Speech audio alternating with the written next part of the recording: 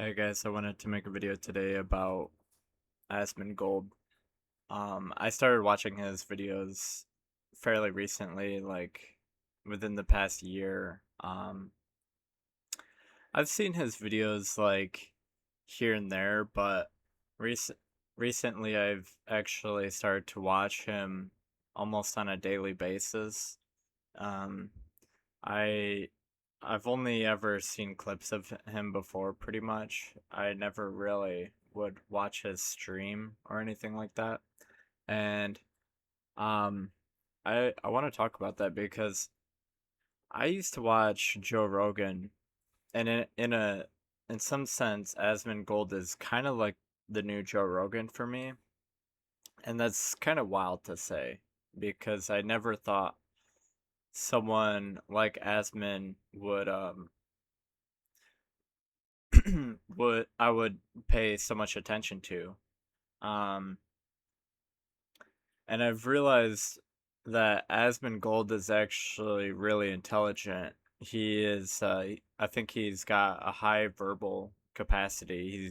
He uses unique words, like tertiary, like just and and I think he's spent so much time, I think, on the internet and engaging with people's ideas that, you know, your preconceptions about Asmon, about him being stupid and all that, like he'll definitely play the fool, but don't be fooled by it.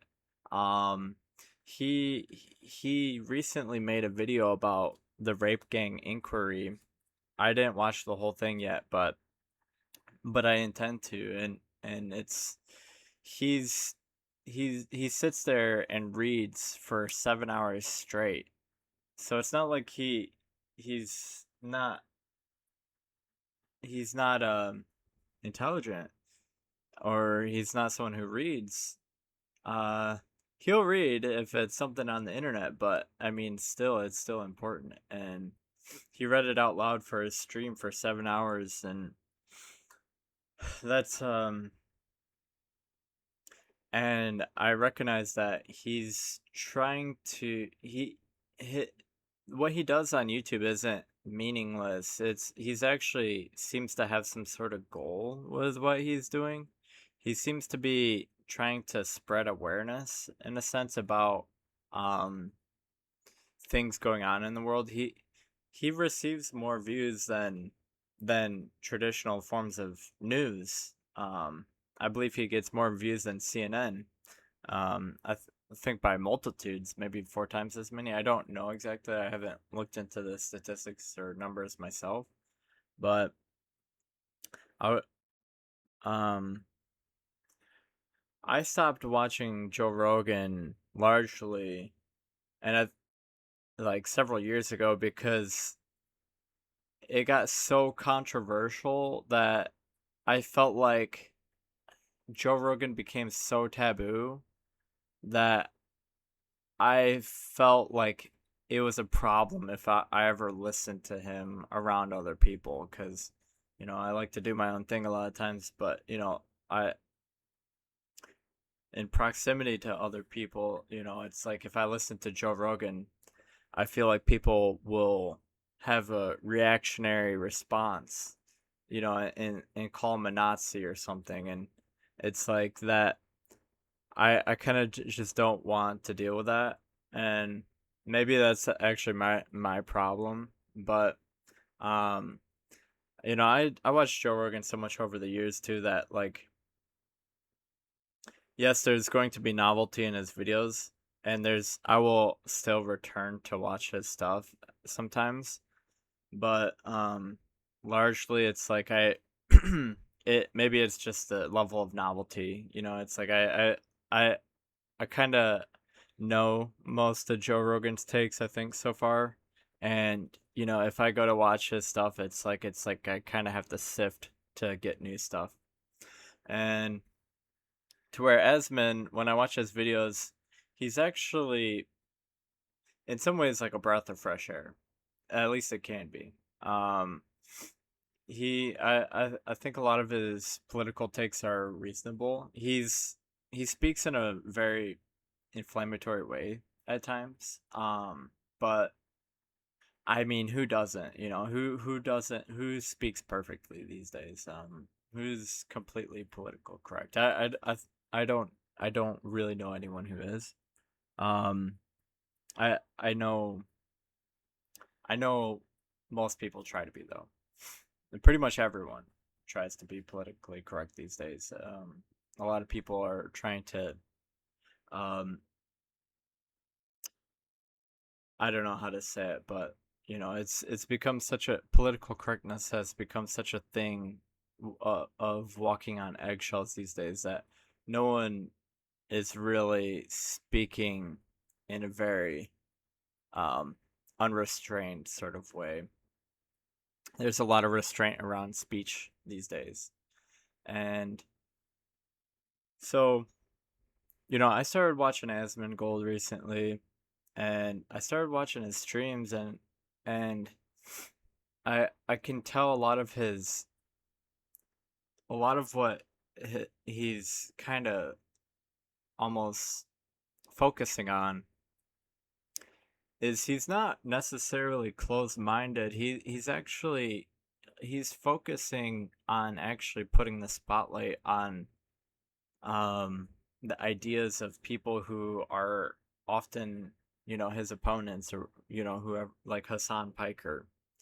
He's often covering Hassan Piker, and he'll cover um different sort of he'll put he'll read he'll scroll through Twitter and he'll find things. He'll investigate the takes of people who don't really subscribe. He kind of makes a spectacle out of people who he doesn't really agree with, but I mean, at least he'll actually bring people up and try to give them a space to talk, at least for momentarily, you know, if they have an argument to make or something. I see that as almost like a I see that as almost like a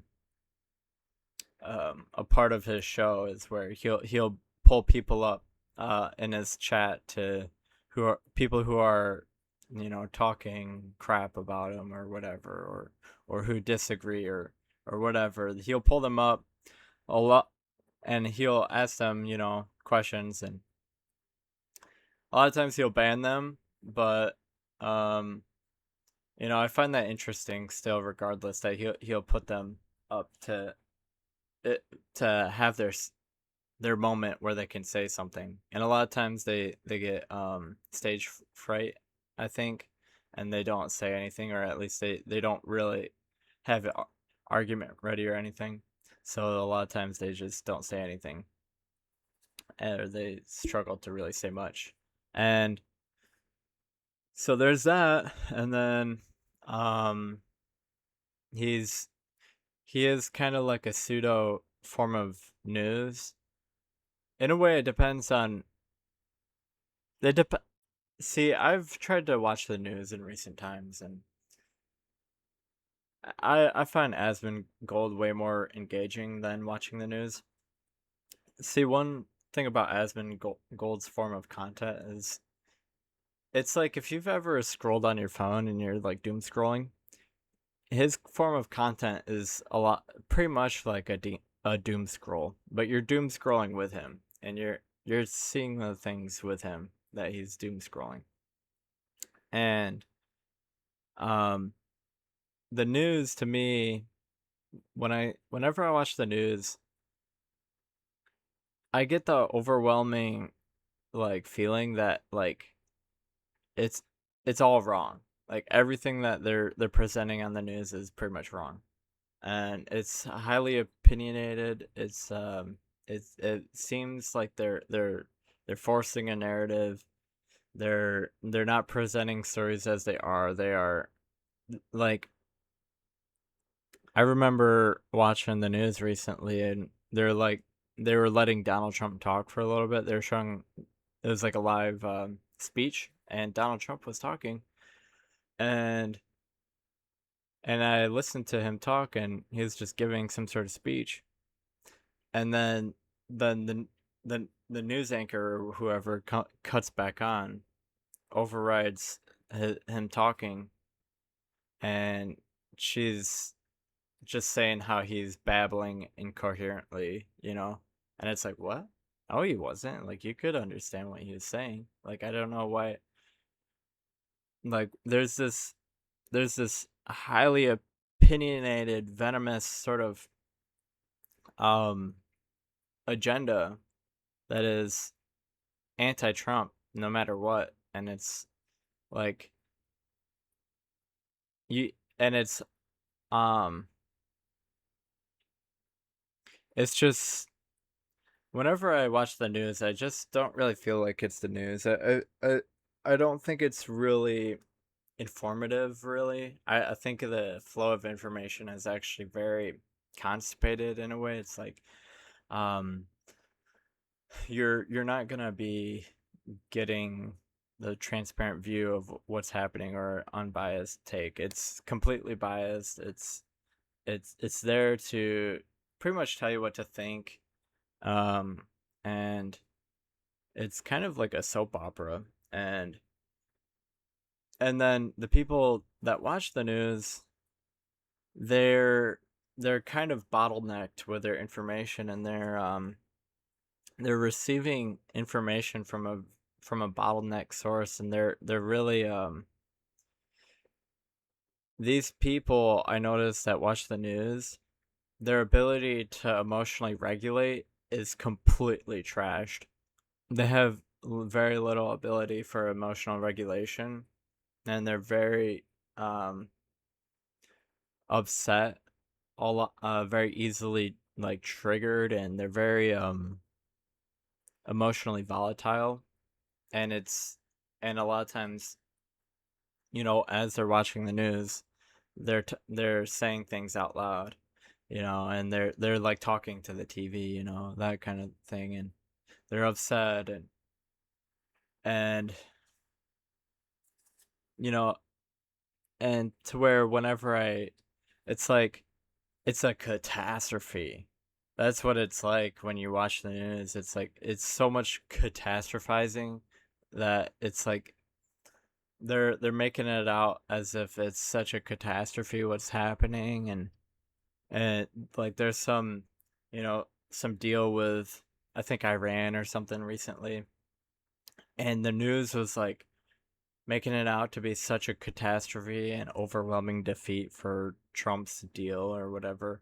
And then I flip on YouTube and see what these political commentators on YouTube are saying. And it's like you have Nuxanor, you have Asmongold, and they're basically, Nuxanor is basically like the exact opposite. He's saying like they're getting that Iran's getting destroyed, or like Trump is an overwhelming victory or whatever. Like he's very like charged and like enthusiastic about it, and it's like such a energetic uh I want to say whiplash, but um it's such a contrast in perspective. If you only get one of those where it's one side is like it's doomsday, it's apocalypse, it's a catastrophe, and then the other side is like, they're able to play with it, and they're able to see, maybe some good in it, or they have an optimistic perspective about it. It's one side is claiming it's a loss, the other side is claiming it's a victory, and it's like, if you only get one perspective, you're gonna be in the shadows. You're gonna be in a storm. You're gonna be completely in the clouds, And I think the news is largely doing that to people. It's I think watching the news almost exclusively for your source of information is like, it makes you so out of touch that you don't really you can't really see the good in things. I think if you watch the news, you can't really see the optimist perspective. You can't, um, you know, you're it's just you're gonna sway with emotions of whatever the news is saying, and um, not having not having any multiple sources you can um sort of check in with, different perspectives. It's really just like limiting your perspective quite literally. And and yeah, I never really expected Asmongold to be sort of like the political forefront. I used to actually joke about it, like this is the new political forefront. These are the political um uh, uh this is the political forefront, these are the political advocates or whatever. These are the people who are leading the I don't really know how to say it, but I can almost imagine almost like an imperial army, where they're leading charge, and it's like Asmongold is at the front of it. That's not that's kind of a sort of archaic way of saying it, because he's not leading an army, but it's he is speaking to an audience. And then you have people like Nick Fuentes who's kind of doing the same thing, and it's like, see, there's this idea with Nietzsche and the death of God, and it's like when people start to uh grow skepticism around the claims of religion or claims from the Bible, and people grew skepticism around religion.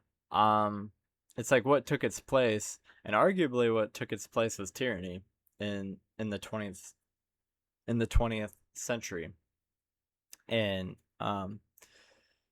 and so like with the failing of the news industry, it's like the death of the news. It's like what's taking its place, and and it's like you have these rogue sort of individual characters like Asmongold, Nick Fuentes, Candace Owens, Tim Dillon, Joe Rogan. You have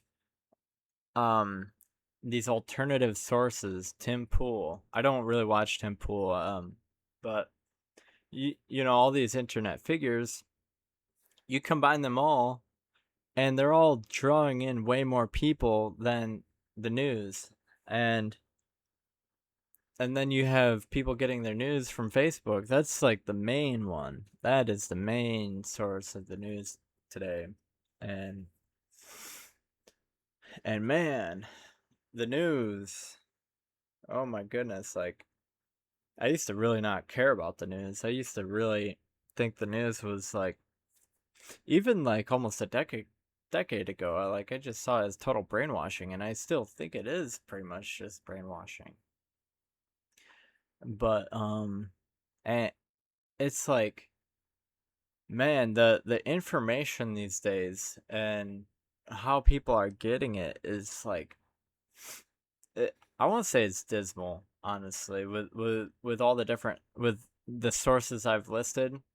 Like you have Asmongold, you have the news, you have all these internet figures on the internet, Hassan Piker, um, and like Denims. You have all this stuff, and it's like, um, the news almost doesn't exist anymore. It does in a weird way that is problematic, because the people that watch the news, they're the news is a problem because it's treated as an authority figure in a way, and like NPR is treated as almost like a gospel, because it's supposed to be unbiased, but you flip it on and they're gonna be talking crap about Trump or something. They're gonna be very opinionated, and it's like these industries have totally been ideologically captured with like identity politics, with just trying to make smear campaigns, um, and the biggest thing these days is your ideological opponents or rivals. You the thing people do these days is instead of making an argument, they just do character attacks, or I think it's called character assassination, or they basically throw paint on someone, like they call someone a Nazi, and so on. You know, a racist, a bigot, a homophobe, all these things, and these are terms used to throw paint on someone so you can mark them with reputation savage in order to.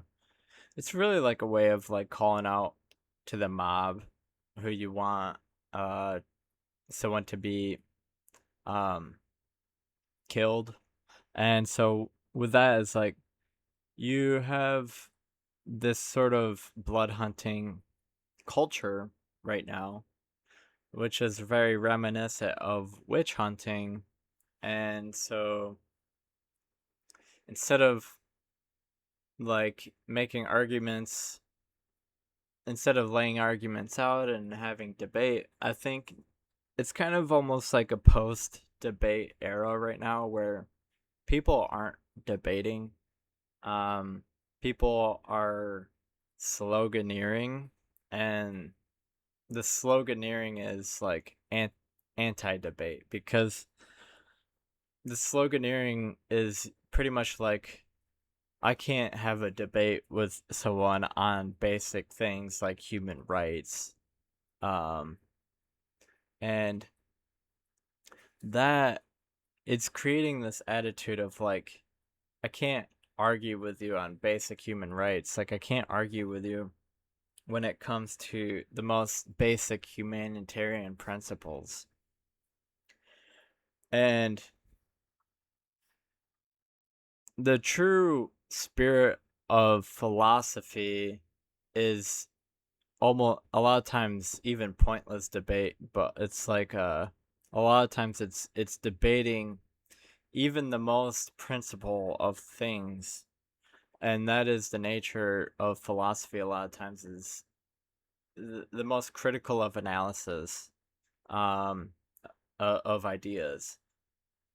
And it's like right now the sloganeering, the culture these days is a sort of villainization of self-criticism, sort of the throwing away of criticism of ideas. It's the it's it's the insulating oneself from opinions and critiques. And right now there's even a more pernicious issue right now in the world, where it's this idea that you can just ban people and you can block people and you can just um shut people out and um ostracize people, and using epithets like Nazi and so on. It's like that's another form of that. It's and it's different forms of threats to sort of ostracize people, ruin their reputation, to try to ruin their reputation. And there's different forms of punishments, and the punishments are basically a way of trying to enforce conformity and to stifle criticism.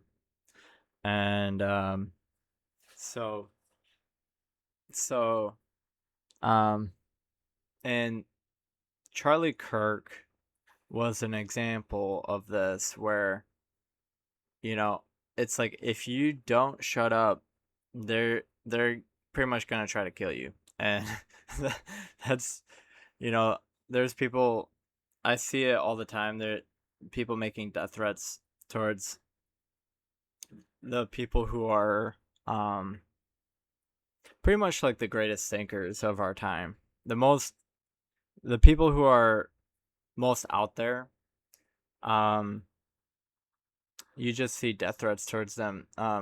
Like even Elon Musk or like Jeff Bezos. See, there used to be a time when someone like Elon Musk, people considered them to be a genius. And I think people have taken that for granted actually. And that now when he says something or when Jeff Bezos says something, it's like they've closed themselves off. Um and they've pretty much just written them off as just an idiot, at this point. And so they don't understand anything they have to say pretty much. And the thing is if you actually listen carefully still, while other people are just, you know, doing away with it, and you actually pay attention, there's some good ideas that like Jeff Bezos was basically saying how the problem isn't government funding in the economy. It's not the taxing of the wealthy, and he doesn't really have a problem with, arguing for higher tax cuts or whatever. But he's saying that um it's the inefficiency of the government. It's how the money is distributed in the government, and how a lot of the money just evaporates seemingly. How it's like, and it stacks with things that I know, because like, in California you have they spend like 30,000 a year on homeless individuals, and for each homeless individual, and they don't really see any of that money. uh and and it's like they put all this funding into this. They just fund and fund and fund and fund, but it's not getting to the ground. And it's like, what is going on here? And and everyone wants revolution. That's what everyone is cheering for. That's what they want. They want the guillotines. They want to take from the rich and give to the poor. They want to tax the billionaires. They All of that.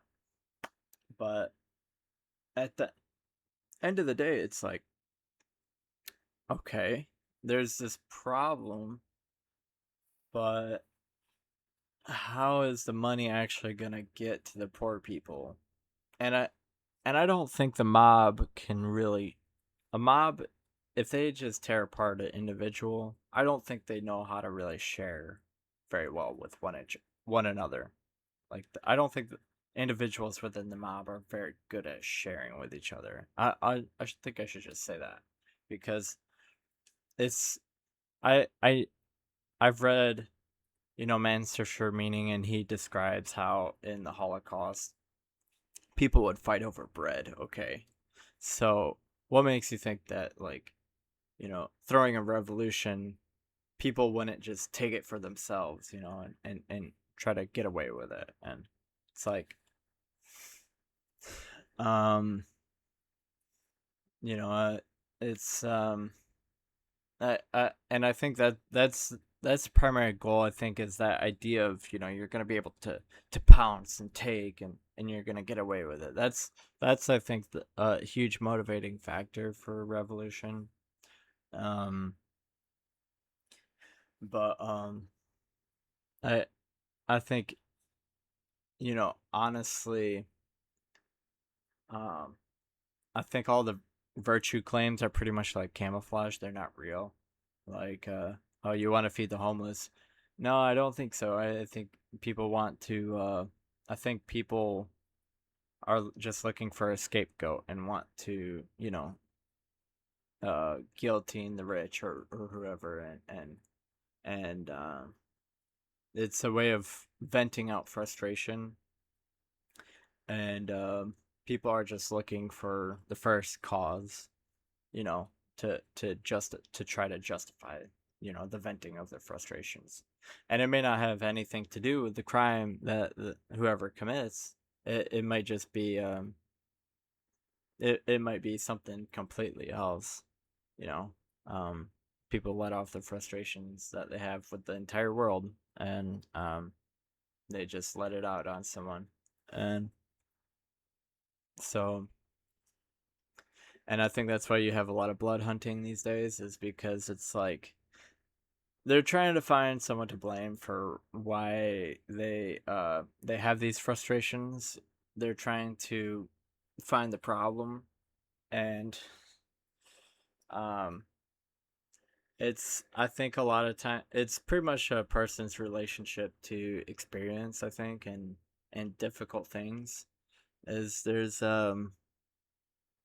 this pretty much blame is put on the outside world. It's the world's fault for, but you can't see.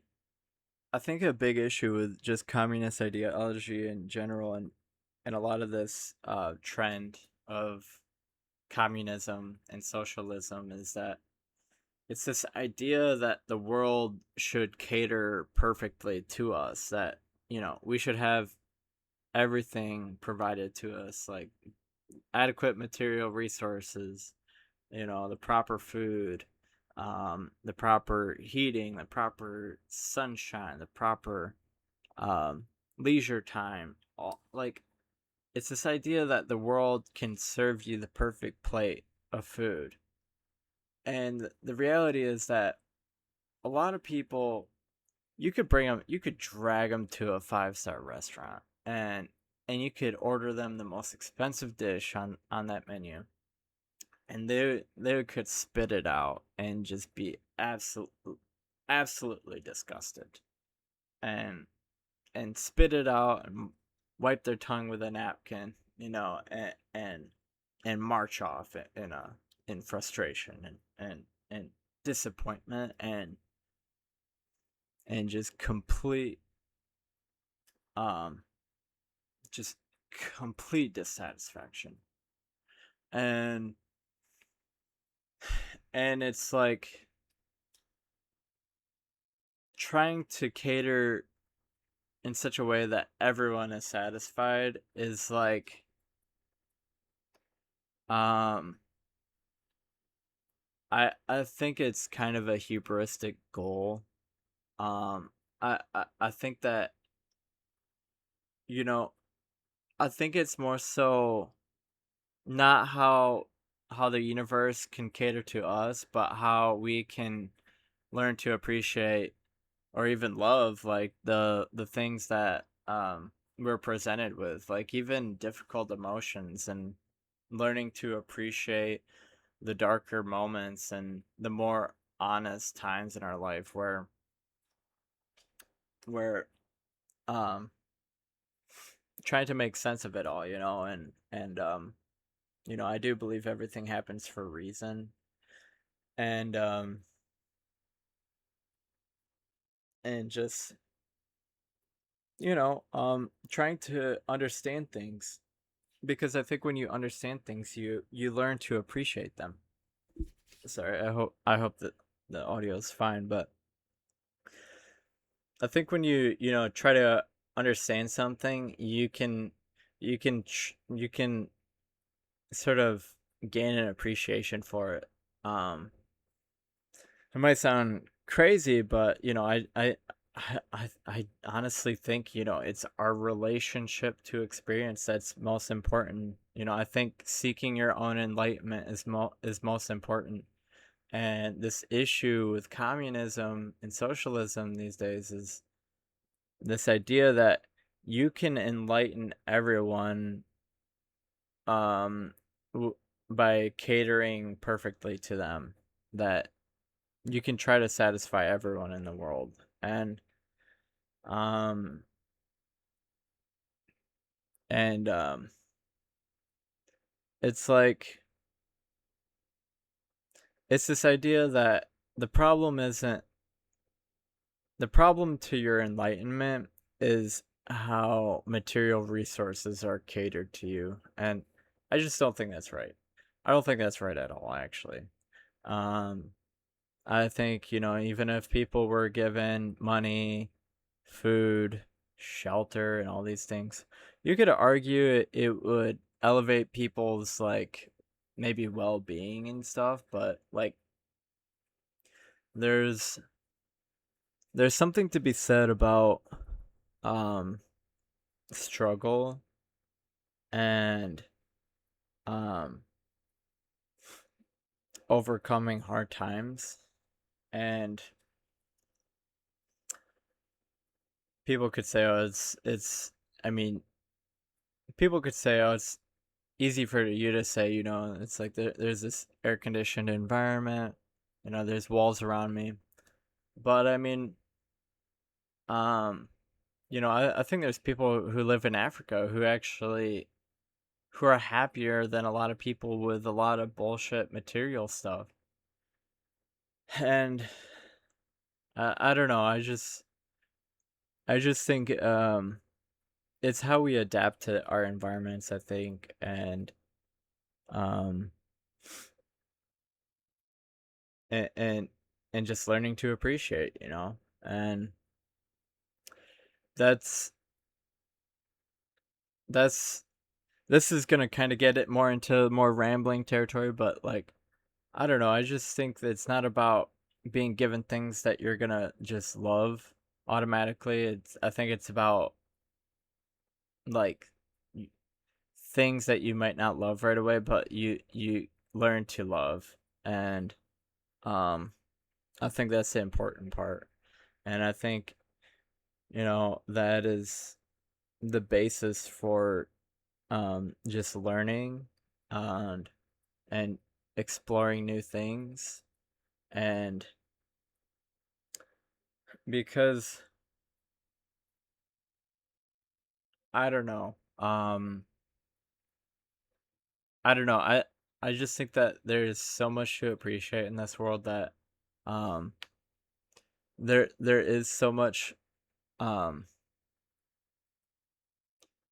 there's so much, like, dark stuff, but there's also so much good.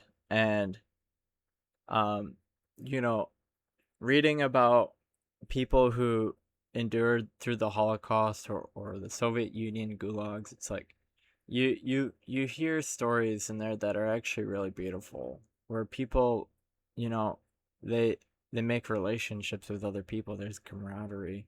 There's a sense of humor. There's like there's this struggle. There's this connection with other people who can relate. And it's like, yes, there's a big injustice overhead, weighing overhead, but there's still, I mean, that's what the whole book, Man's Search for Meaning, is about. Is like, um, it's that bird, that canary that sits on the barbed wire. It's the looking at the sky. I mean, these things, sound so cliche. It's like, but it's like, there's times where, um there's been difficult times that I learned recently that I actually appreciate, like depression. And it sounds crazy, but it's like, I recognize that sometimes depression comes, like loneliness and all these feelings, they come by every now and then. And when it's happening, it's almost unbearable. If I question whether it even is bearable, it's like, it's like that. And it's like, if I can even do it. But it's like, after, and I make sense of it, is like, I recognize that I needed that in some way. Like, I needed that level of honesty. I needed that level of break from just the constant dopamine of life. I need that moment of, like, of sadness or whatever it may be, depression or isolation, and it's like inability to communicate with people. It's like I feel like I needed that. Um, it's like I needed the loneliness in a way, and it's weird to say that, but um, it's like um, those are just the most honest times, you know, and those are the times that um I don't know, they just give contrast to life, you know, and and and I've really learned to be able to navigate, I think, those spaces and recognize the pattern in them, and it's like sober reflection and learning to readjust your aims. And I love the come down. um this has really gotten into a rant, but yeah, it's like I love times like that now because it's there, no one's bullshitting you, no one is um you know, no one's fake to you. um it's just, it is what it is, um and learning to be able to endure something like that, I think is it kind of is hopeful, I think. You know, it's like, you know, there's been dark times, and it's like, you know, when you learn to move through those, it's like it makes you feel a little bit more confident about the dark times ahead, because um if you can make it through something like that, it's like then maybe you can make it through something else, you know. And all right, I think I should wrap the video up here. It's getting into ranting territory, but you know, I wanted to cover the Asmongold thing, and I really got into a rant there, but um, a tangent, almost pretty much not relevant, almost. But you know, it's this crazy world, you know, um, and I watch Asmongold, and in a weird way, I feel like he's kind of relatable. You know, I think he deals with kind of illness and stuff, and um, I think he's just an honest guy. Um, I don't think he's perfect. Obviously, I think there's parts where, you know, he can kind of turn to hate, and it's like I I don't encourage that about him, but overall, I think he's actually very smart. I think he's learned a lot from being chronically online, you know, and so I find his videos to be kind of refreshing. Um, yes, he speaks in inflammatory way, but it's like it's kind of a crude way that he's able to express himself,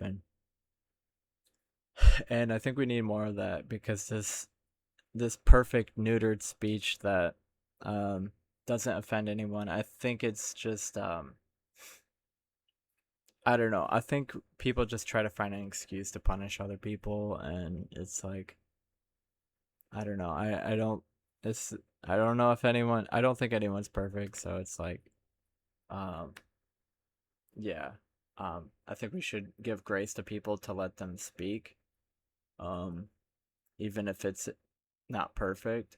Um, even if it's problematic, you know, at times it's like it's good to get it out there and to address it. And you know, I don't know. I believe in free speech in some sense, I think, and um you know, I think there's maybe limits, you know, that maybe shouldn't be broadcasted to everyone, but um, you know, generally speaking, I don't think people should be punished for their idea for speaking ideas, and um for entertaining different philosophies.